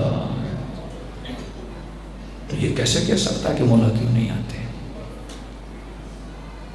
کربلا قربانی کا نام ہے. وہ خدا جو حسین سے اکبر کی قربانی مانگے، وہ خدا جو علی اصغر کی قربانی مانگے، سیدہ زینب سے اس کی چادر کی قربانی مانگے، ابراہیم کو آگ میں پھینکا جا رہا ہے. کبھی زندگی میں وقت ملے کربلا تب سمجھ میں آئے گی جب آپ کو حضرت ابراہیم سمجھ میں آئے گا. بڑھاپے میں کسی خاتون کو بچہ ملے جس عمر میں بچہ ہوتا ہی نہیں. بڑھاپے میں جو بیٹا ہوتا ہے نا وہ باپ کو بڑا پیارا ہوتا ہے، اور پیدا ہوتے ہی خدا کا ایسی جگہ پہ چھوڑ کے آؤ جہاں نہ پانی ہے نہ کھانا ہے. بی بی حاجرہ کہتی میں آخر تک جب ابراہیم جا رہے تھے میں دیکھ رہی تھی، ایک بار تو مڑ کے دیکھے گا. ابراہیم نے مڑ کے بھی نہیں دیکھا. یہ ابراہیم ہے جس کی نسل میں اسماعیل ہے، اور اس اسماعیل کی نسل میں کسی حسین ابن علی کو آنا ہے. کیسی قربانی دی. 13 سال کا کڑیل جوان بیٹا ہوا ابراہیم کو اللہ نے کہا واپس جا. پہلی رات اپنے بیٹے سے ملے، اسی رات خواب میں دیکھا کہ اپنے بیٹے کو ذبح کر رہے ہیں. بے جھجک بیٹے کو لیا اور چھری لے کر گئے، بیٹے کا گلا کاٹنے کے لیے گئے. یہ غلط تفسیر حضرت ابراہیم کے لیے. ابراہیم نے چھری نہیں چلائی تھی میرے عزیز. لوگ کہتے ہیں چھری چلانا چاہتے تھے دمبا آ گیا. نہیں، 3 مرتبہ گلے پہ چھری چلائی ہے ابراہیم نے. کبھی جب واپس جاتے ہیں تو ہاجرہ کی نگاہ جب ان نشانوں پہ پڑتی ہے تو رو پڑتی ہے کہ میرے بیٹے کو ذبح کرانے کے لیے لے گئے تھے. کہا چھری گلا کاٹتی نہیں تھی. تیسری بار جب نہ چلی تو جلال میں آ کے ابراہیم نے پتھر پہ مارا اور کہا اے چھری نافرمانی کیوں کر رہی ہو؟ اللہ کا حکم ہے کہ بیٹے کا گلا کاٹو. کہتے ہیں بے زباں چھری سے آواز آئی ابراہیم کروں تو کیا کروں؟ خلیل کہتا ہے کاٹو، جلیل کہتا ہے نہ کاٹو. تب جا کے وہ دمبے کی قربانی ہوئی. کہ یہ 60-70 سال کی زندگی کھیل کا نام نہیں ہے. مجاہد فی سبیل اللہ ہو تم، محنت زحمت، دنیا بھی بہتر بناؤ آخرت بھی بہتر بناؤ. کہیں دنیا کی رنگینیاں تو آل رسول سے دور نہ کر دیں. کہیں 2 رکعت کی نماز پڑھ کے یہ نہ سمجھو کہ حق ادا ہو گیا. اہدنا الصراط المستقیم، سیدھے راستے پہ چلا. ہر چیز میں سیدھا راستہ. شادی کرو تو بیوی کا انتخاب صحیح، اسکول میں داخلہ لو تو بچے کے لیے ٹیچر کا انتخاب صحیح، گاڑی لو تو انتخاب صحیح، گھر کس محلے میں لینا ہے، دوستی کس کے ساتھ کرنی ہے، لباس کون سا پہننا ہے، جاب کون سی کرنی ہے. جب ہر چیز صحیح ہوگی تب جا کے حبیب ابن مظاہر بنو گے، تب جا کے مسلم ابن اوسجا بنو گے. کربلا قربانی کا نام ہے. اتنے مظلوم ہیں میرے آقا حسین. کہاں 18,000 خط اور کہاں 72 کا مجمع. بلا کر بھی حسین کو پیٹھ دکھاتی. تو اس کا مطلب زبان سے بلانا آسان ہے، میدان کارزار میں اپنے امام کی مدد کرنا بڑا مشکل ہے. کہتے ہیں کوفے کا ایک رہنے والا تجارت کے غرض سے اپنے شہر سے نکلا. تجارت میں سے بہت بھاری نقصان ہوا. واپس آیا کوفے. کہتے اللہ نے مجھے ایک ہی بیٹی دی تھی. دیر سے گیا گھر تھا کہ بیٹی سو رہی ہو. ایسا نہ ہو کہ بیٹی پوچھے کہ بابا سفر پہ گئے تھے میرے لیے کیا لائے ہو. کہتا جیسے گھر پہنچا دروازہ کھولا، اتفاق سے بیوی بیٹی دونوں گھر کے صحن میں گویا میرے انتظار میں تھے. بیٹی دوڑی دوڑی آئی، سینے سے لپٹ گئی. مستحب ہے بالاخص جن کے چھوٹے بچے ہیں گھر جاؤ تو خالی ہاتھ نہ جایا کر. کہ اب سوچ رہا تھا بیٹی پوچھے گی بابا کیا لائے ہو کیا لائے ہو، شرمندہ ہو جاؤں گا. ایک پائی نہیں تھی، نقصان کر کے آیا. بیٹی نے یہ نہیں پوچھا کہ بابا پورا کوفہ شہر کے باہر ایک باغی لشکر سے لڑنے جا رہا ہے، بابا آپ گئے کہ نہیں. بیوی سے پوچھا کیا کہہ رہے ہیں؟ کہ شوہر کچھ لائے ہو، گھر میں فاقے پڑے ہوئے ہیں. کہ نہیں نقصان ہوا ہے. کہ پھر جلدی کر، حاکم نے اعلان کیا جس کے پاس گھوڑا ہے تلوار کے وزن کے برابر سونا اور سکے دیے جائیں گے. کس چیز کے لیے؟ کہ ایک باغی آئے ہیں، خروج کیا حکومت کے خلاف، جو ان سے جا کے لڑے گا انہیں پیسہ ملے گا. کہتے فقر و فاقہ تو پہلے سے تھا، نقصان اتنا لیا. جلدی جلدی ہاتھ منہ دھویا، 2 لقمے لیے، گھوڑے پہ سوار ہوا اور پوچھتے پوچھتے کربلا کی زمین پہ پہنچا. کہہ رہا یہ ظہر سے گزر گیا تھا وقت. جب پہنچا کربلا کی زمین پہ تو دیکھا لاشیں بکھرے ہوئے ہیں، خیمے سے بچوں کی چیخوں کی آوازیں آ رہی ہیں. اس بھیڑ میں نے دیکھا کہ ایک شخص ہے جو گھٹنوں کے بل کھڑا ہے اور لوگوں کے ہجوم نے اس کو گھیرا ہوا ہے. جس کے ہاتھ میں نیزہ ہے وہ دور سے نیزہ پھینکتا ہے. جرأت نہیں ہو رہی کوئی اس کے قریب جائے، تھوڑا سا ہلتا ہے تو بھاگ جاتے ہیں. جس کوئی تلوار لے کے کھڑا ہے، کوئی نیزہ، کوئی تیر دور سے مار رہا ہے، اور جسے کچھ بھی نہیں مل رہا وہ پتھر مار رہا ہے. کہہ رہے مارو اس باغی کو اور امیر کا انعام دو، جنت کماؤ، اس باغی کو مارو. کہتا میں نے کہا میں پیچھے کیوں رہوں، کیونکہ جو مار رہے تھے ان کو مال غنیمت ملنا تھا. میں بھی گھوڑے سے اترا، دوڑا دوڑا بھیڑ کو توڑتا ہوا ایک پتھر میں نے لیا اور آگے آگے کھڑا ہوا اور دور سے اس کو دیکھا اور میں نے پتھر مارنا چاہا. معصوم کہتے ہیں نا کوئی بھی کام کرنے سے پہلے 100 بار سوچا کرو. کہتا میں نے پتھر مارنے سے پہلے کہا دیکھ تو لوں سچ میں باغی ہے کہ نہیں، کیونکہ حاکم بھی کوئی خاصا نیک نہیں ہے. اب میں نے کہا پتہ کیسے لگاؤں؟ تو میں نے کہا ایک کام کرتا ہوں، اسے سلام کرتا ہوں، اگر جواب دے گا تو مسلمان ہے، اگر جواب نہیں دے گا تو مسلمان نہیں ہے. کہتا ہے چند قدم آگے بڑھا، سارے پیچھے کھڑے تھے، میں چند قدم آگے بڑھا اور اس کے تھوڑا قریب گیا اور میں نے کہا السلام علیک ایھا الشیخ الکبیر، اے بوڑھے، اے پیر مرد، تجھ پہ میرا سلام. کا اتنا کہنا تھا اس نے اپنا سر اٹھایا، ماتھے پہ سجدے کا نشان، اور کہا کہ وعلیک السلام، تجھ پر بھی میرا سلام ہو. اور یہ کہہ کر ایک جملہ بولا، میرا نام لے کر کہا کہ تو یہاں کیا کر رہا ہے. تعجب ہوا، اس کو میرے نام کا کیسے پتا؟ کہ کیا مطلب میں یہاں پہ کیا کر رہا ہوں؟ آپ کو میرے نام کا کیسے پتا؟ کہ کیسے پتا نہ ہوگا، خط بھی لکھتے ہو، پتھر بھی مارنے آتے ہو. میں نے کہا میں نے آپ کو کوئی خط نہیں لکھا. کہا کیا تو نے حسین ابن علی کو خط نہیں لکھا تھا؟ کہا آپ نے مولا کو لکھا تھا، اس کا آپ سے کیا جائے؟ کہا دیکھ بھی رہے ہو حسین کو پہچانتے نہیں ہو. علماء کہتے ہیں 1 منٹ کے لیے سوچو، پوری زندگی الجل کہو اور امام زمانہ کی تمنا میں زندگی گزارو، اور ایک دن پتا چلے کہ جسے پتھر مار رہے ہو وہی تیرا امام ہے، تو وجود پہ کیا گزرے گی؟ کہتا ہے ہاتھ سے پتھر گرا، وجود میں کب کپاہٹ طاری ہوئی، روتا ہوا مولا کے قدموں میں گرا. مولا واللہ مجھے نہیں پتا تھا، میں کل ہی تجارت سے واپس پلٹا ہوں، آپ کب آئے، یہ کیا ہوا؟ کہ تلوار کو نیام سے نکالا. میں نے کہا مولا جب تک میں زندہ ہوں آپ کے وجود پہ آنچ بھی آنے نہیں دوں گا. کہ اسی پیارے لہجے میں کہا نہیں، وقت گزر چکا، اب جتنا جلدی ہو سکے کربلا سے دور چلا جا. میں نے کہا مولا اس حال میں چھوڑ؟ کہا حکم دے رہا ہوں کربلا سے نکل جا، تمہارا نام شہداء میں نہیں ہے. علماء کہتے ہیں کیوں امام نے حکم دیا؟ شاید حسین یہ سوچ رہے تھے کوئی تو ہو کوفے میں جو زینب کی چادر کا بندوبست کرے، 4 چاہنے والے بھی تو ہوں، کوئی پانی لے کر آئے، کوئی چھاؤں کا نیچے ان قیدیوں کو رکھے. کہ مولا کیسے چھوڑ کے جاؤں؟ امام نے کہا حکم دے رہا ہوں، شکایت نہیں ہے تجھ سے، حکم ہے، تعمیل کرو. کہتے ہیں روتا ہوا آنسوؤں کو پوچھتا ہوا، حکم امام تھا. مولا سے دور چلتا گیا، کہہ رہا 10-15 قدم ہی دور گیا تھا تو مجھے پھر پیچھے سے آواز دی ذرا میرے قریب تو آ. کہتا ہے دوڑا گیا کہ شاید امام نے اذن جہاد دیا. مولا جان قربان کرو. کہ اس کے لیے نہیں بلایا، امام ہے، کریم ہے. کہ مولا کیوں بلایا ہے؟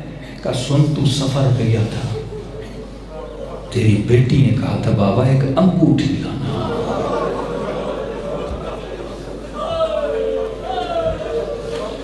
کہ جی مولا نقصان بہت یاد نہیں ہے مجھے. کہتے ہیں اپنے زخمی ہاتھوں سے حسین نے ایک انگوٹھی نکالی، اس کے ہاتھ پہ رکھی کہ جب گھر جاؤ نا یہ انگوٹھی بیٹی کو دینا، بیٹیاں بابا کا بڑا انتظار کرتی ہیں. بس اس بچی کو اتنا کہنا جسے تو مارنے گیا تھا وہ باقی نہیں تھا، وہ تیرا مولا تھا. میرے چوتھے امام فرماتے جب مختار نے ان ظالموں کو جمع کیا نا، ایک ایک سے پوچھا بتا تو نے کون سا ظلم کیا، تو نے کون سا ظلم کیا. کوئی کہتا تھا میں نے گھوڑے دوڑائے، کوئی کہتا تھا میں نے کیا لوٹا. جب ایک لعین سے پوچھا کہ بتا تو نے کیا کیا تھا، کہ مختار جب میں حسین کے بدن پہ پہنچا سوچ رہا تھا کیا لوٹوں. کوئی زرہ لے گیا، کوئی کمر بند لے گیا، کوئی امامہ لے گیا، کوئی تلوار اٹھا کے لے گیا، سب کچھ لے گئے تھے. بدن پہ کچھ بھی نہیں تھا مختار، بس تیر ہی تیر تھے. کہتے تو نے کون سا ظلم کیا؟ کہ مختار جب میں نے دیکھا کچھ بھی نہیں بچا نا، میری نگاہ حسین کی انگلی پہ پڑی. شاید میرے مولا کے ہاتھوں میں 2 ہی انگوٹھیاں تھی، ایک تو دے دی کہ میری نگاہ انگلی پہ پڑی جس میں ایک انگوٹھی نظر آئی. میں نے کہا خالی ہاتھ کیوں جاؤں مختار؟ میں نے انگوٹھی کو اتارنے کی بڑی کوشش کی لیکن مختار انگوٹھی اتری نہیں. کہ لئی پھر تو نے کیا کیا؟ کہ مختار میں نے خنجر سے حسین کی انگلی کو کاٹا. جسے اغیار کی بیٹیوں کی اتنی فکر ہو اپنی انگوٹھی اتار کے دے. مجھے نہیں ہوتا جب اپنی بچی بابا کے جنازے پہ آئی ہو. کہ فرمایا میرا سلام ہو اس ہاتھ پہ جس کی انگلی کو کاٹا گیا. یہ وہ کریم امام ہیں جنہوں نے اتنی محبت اپنے چاہنے والوں سے کی ہے. واللہ آج محبت نہ ہوتی تو آپ کو فرش عذاب پہ نہ بلایا جاتا. اس وجود کو اس طرح نہ جھنجھوڑتے اہل بیت کا یہ زندگی خواب ہے. خواب کے لیے اپنی آخرت کو تباہ و برباد نہ کیا کرو. فرمائے مومن جو تھے امام کہتے ہیں خلوص سے دل سے میرے بابا کو ہمیشہ سلام کیا کرو. کسی نے پوچھا زیارت عاشورہ 100 سلام کہ مولا اتنی کثرت سے سلام کا حکم کیوں ہے؟ فرمایا کیونکہ عاشورہ کے دن میرا بابا ترس گیا تھا کہ کوئی آئے سلام کرے. کہتے تھے نہیں یہ باغی ہے اسے کوئی سلام نہ کرے. کہ جب تو سلام کرتا ہے میرے بابا کے کلیجے کو ٹھنڈک ملتی ہے. فرمایا خلوص سے دل سے مجھ حسین کو سلام کرو خدا تجھے ثواب زیارت حسین عطا کرے گا. کہ مولا 2 لفظوں سے ثواب مل جائے گا. فرمایا ایک چھوٹی سی نشانی اگر تیرے اندر آ جائے جب مجھ حسین کو سلام کرو سلام کرنے کے بعد اگر نہ چاہتے ہوئے تیری آنکھوں سے آنسو آ جائیں کہ یہ مت سمجھنا یہ تیرے آنسو ہیں حسین نے تجھے تیرے سلام کا جواب بھیجا ہے. دلوں کو کربلا لے جائیں 2 جملے مصیبت کے. دیکھیے خلوص سے اگر معصوم کا فرمان ہے آنکھوں کی پلکیں بھی گیلی ہو جائیں مچھر کے پر کے برابر. فرمایا خلوص والے آنسو. اور میں اس آنسو میں اتنی طاقت ہے یہ جہنم کی آگ کو بجھا سکتا ہے. یہ خزانے آپ کے پاس ہیں. کئی جوان کہتے ہیں مولانا امام زمانہ کی زیارت کے لیے کوئی وظیفہ بتائیے. ایک عالم نے کسی جوان کو وظیفہ دیا کہ بس ایک کام کر. کہ کون سا؟ کہ ہر نماز کے بعد 3-4 منٹ حسین پہ رویا کر. زیادہ نہیں 3-4 منٹ اتنا کہ آنکھ گلی ہو جائے. کہ دیکھنا امام کی زیارت ہو جائے گی. یہ جوان کہتا 1 سال تک صبح کی نماز ظہر کی نماز مغرب عصر عشاء کبھی تہجد پڑھی. کہتے ہر نماز کے بعد تسبیح سیدہ پڑھ کے میں کہتا تھا السلام علی الحسین وعلی علی ابن الحسین وعلی اولاد الحسین وعلی اصحاب الحسین. 3-4 سلام. زیارت ناہیہ بڑی درد مند زیارت ہے. السلام علی الشیب الخدیب میرا سلام اس داڑھی پہ جس کو خون سے رنگیاں کیا گیا. میرا سلام ہو اس بدن پہ جس پہ لباس نہیں تھے. میرا سلام ہو کربلا کو شہید پہ جس کی گردن کو پیچھے سے کاٹا گیا. کہتا یہ چند سلام میں دیتا تھا آنکھوں سے آنسو آ جاتا تھا. کہتا 1 سال کے بعد یہ جوان کہتا ہے مغرب کی نماز تھی پڑھ کے میں اسی طرح جب عادت ہو جاتی ہے پھر آپ نہیں چھوڑو گے. دل نرم ہو جاتا ہے معرفت آ جاتی ہے عشق آ جاتا ہے. ایک طرف عشق خدا نماز دوسری طرف عشق اہل بیت. یہ 2 عشق جب ملتے ہیں تو منزل عروج ملتی ہے. 2 پر ہیں جس سے انسان پرواز کرتا ہے. کہتا ہے جب مغرب کی نماز کے بعد اب جب میں رونے لگا تو میں نے محسوس کیا کہ میرے پیچھے کوئی بیٹھ کے رو رہا ہے. کہتا ہے مڑ کے دیکھا تو امام زمانہ تھے جو میرے ساتھ اپنے جد حسین کے مسائل پہ گریہ کر رہے تھے. یہ گریہ حسین خلوص کے ساتھ ہوگا. ایک گریہ جذباتی ہے ایک معرفت والا ہے. ہندو بھی ہے نا جناب علی اصغر پہ روتے ہیں. ہندو ہے انہیں کیا پتہ علی اصغر کی قدر و قیمت روتے ہیں. اگر آدمی کسی ڈرامے میں بھی درد بھرا منظر دیکھے رو پڑتا ہے. یہ ایموشنلز ہیں. ایک ہے معرفت کا رونا. وہ جو سیدہ زینب روئی وہ جو جناب سکینہ ہوئی کہ خلوص سے دل سے مجھ حسین کو سلام کرو اور ایسے سلام کرو اگر سلام کرنے کے بعد نہ چاہتے ہوئے تیری آنکھوں میں آنسو آ جائیں کہ یہ مت سمجھنا یہ تیرے آنسو ہیں، حسین نے تجھے تیرے سلام کا جواب بھیجا ہے، کہ جب یہ کیفیت آ جائے تو خدا تیرے نام اعمال میں زیارت حسین کا ثواب لکھائے گا۔ دلوں کو کربلا لے جائیں، ایسے سلام کریں جیسے سکینہ نے اپنے بابا کو کیا، جیسے سیدہ زینب نے اپنے بھائی کو کیا۔ السلام علی الحسین وعلی علی ابن الحسین وعلی اولاد الحسین وعلی اصحاب الحسین، سب مل کے السلام علی حسین وعلی علی ابن، مجمع بہت ہے، حسین کی صدا بلند، وعلی اولاد حسین وعلی اصحاب، سب مل کے السلام علی حسین وعلی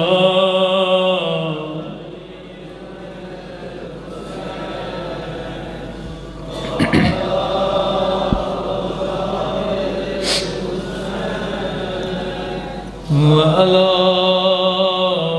اصحاب،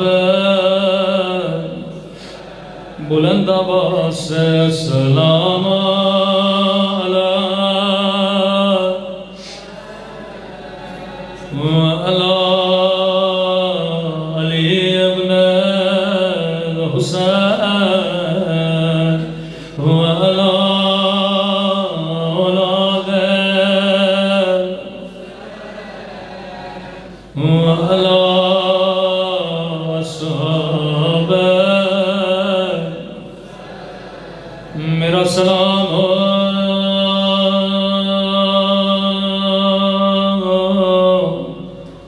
علی اکبر کے سینے میں لگی برچھی پہ، میرا سلام ہو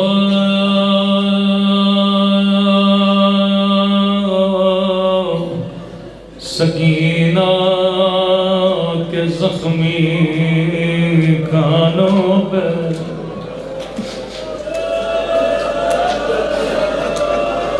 میرا سلام ہو رباب کی اجڑی ہوئی گودی پہ، دو سلام امام زمانہ کے سن لو، یہ کسی ذاکر کے سلام نہیں، یہ فرزند زہرا کے سلام ہے۔ جب کبھی دل کرے رونے کا تو زیارت ناہیہ پڑھا کرو، میرا سلام ہو ان ننے سے رخساروں پر، اللہ جانے یہ کس کے رخسار، میرا سلام ہو ان ننے سے رخساروں پر، جن کا رنگ بدلتا رہا، یہ نہیں کا رنگ بدل گیا بلکہ بدلتا رہا، کبھی شمر کے تماچوں نے رنگ نیلا کیا، کبھی ظالم کے تماچوں نے رنگ سیاہ کیا۔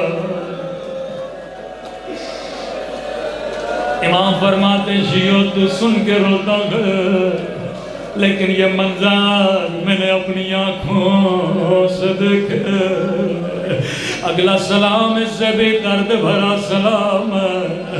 فرمایا میرا سلام ہو ان خشک ہونٹوں پہ، ان پھٹے ہوئے ہونٹوں پہ۔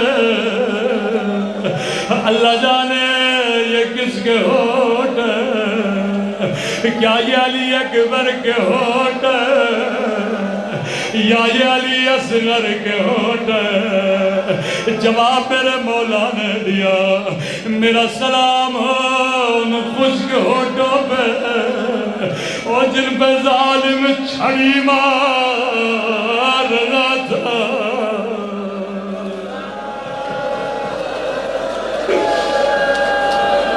اللہ جانے یہ منظر زینب نے کیسے دیکھا۔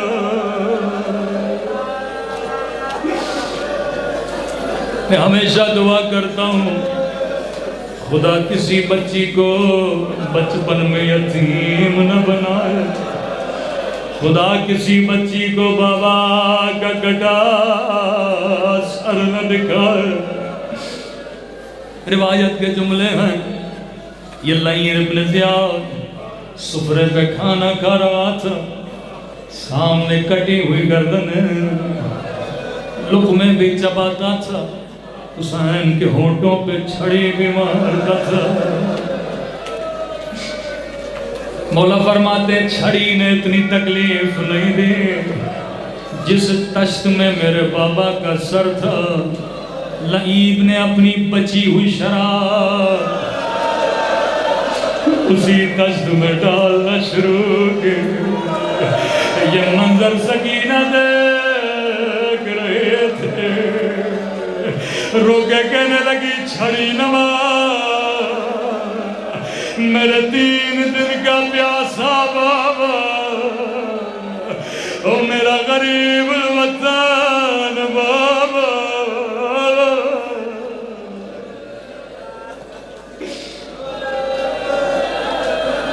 کہتے لئیں لقمے چباتا رہا، شمر سے پوچھتا رہا بتا یہ کس کا سر ہے؟ کبھی لئیں کہتا یہ عباس علمدار کا سر ہے، کبھی لئیں کہتا یہ قاسم کا سر ہے، کبھی لئیں کہتا یہ آل محمد کے سر ہے۔ روایت کے جملے ہیں، لئیں کی نگاہ ایک سر پہ جا کے رکی، اس نے کھانا کھانا چھوڑ دیا، کہنے لگا شیم بتا یہ کس کا سر ہے؟ کہ امیر یہ علی اکبر کا سر ہے، یہ حسین کے جوان بیٹے کا سر ہے۔ روایت کے جملے لائنے کا شیم اگر مجھے پتا ہوتا ایسا حسین بیٹا ہے میں کبھی حکم نہ دیتا حسین کو قتل کیا جائے۔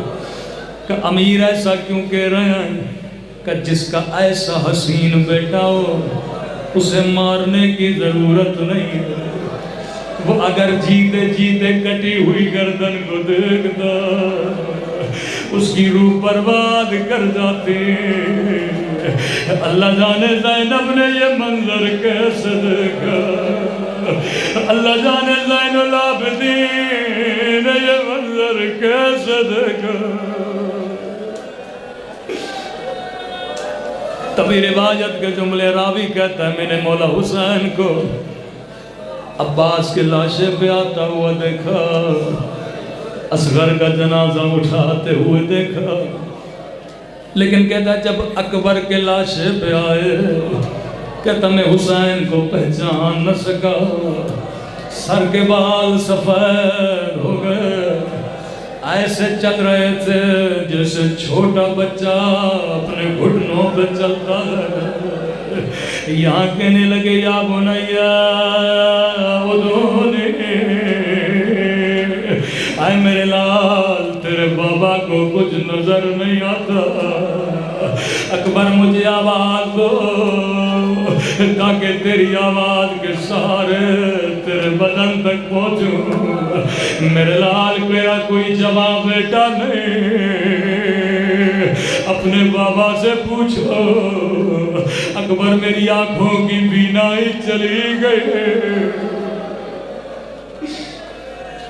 کہ جیسے علی اکبر کے جنازے پہ پہنچے کہ میرے لال زندگی گزر گئے تو نے بابا سے کچھ بھی نہیں مانگا کہ بابا بس ایک خواہش ہے الحدید قد سقلنی والعطش قد قتلنی بابا لوہے کی گرمی نے مجھے مار ڈالا بابا شدت پیاس نے مجھے مار ڈالا روایت کے جملے میرے مولا نے اپنی زبان کو علی اکبر کی زبان پہ رکھا بچے نے زبان بیٹے نے جلدی زبان باہر کی رو کے کہنے لگے بابا تیری زبان تو مجھ سے بھی زیادہ خشک ہے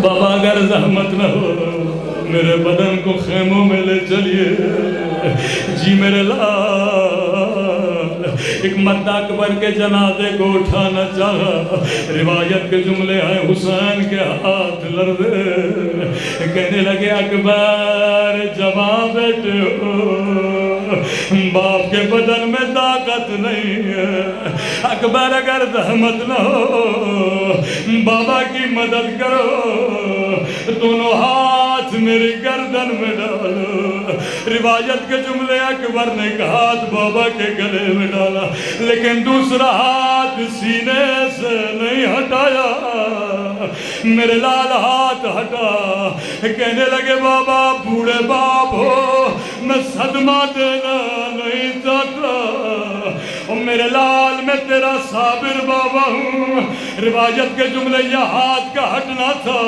حسین نے کیا دیکھا اکبر جھی کا ٹوٹا ہوا پا علی اکبر کے سینے میں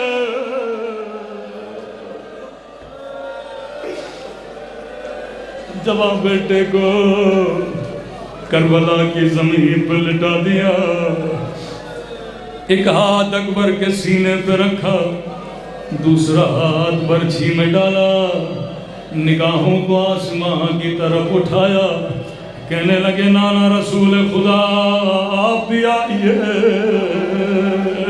دادا ابراہیم اسماعیل کو بھی لائیے نانا آ کر دیکھیے کہیں میری آنکھوں پہ پٹیاں تو نہیں ہے کہیں میرے اسماعیل کے ہاتھ تو نہیں بندے ایک مرتبہ برچی کو کھینچا علی اکبر کا لاشا تڑپا خیمے کے در سے آواز آئی حسین شہر جا میں زینب بھی آتی ہوں کہنے لگے بہن زینب میرے ہوتے ہوئے خیمے سے نہ نکلنا اور میں نے تیری چادر پہ اپنے اکبر کو قربان کیا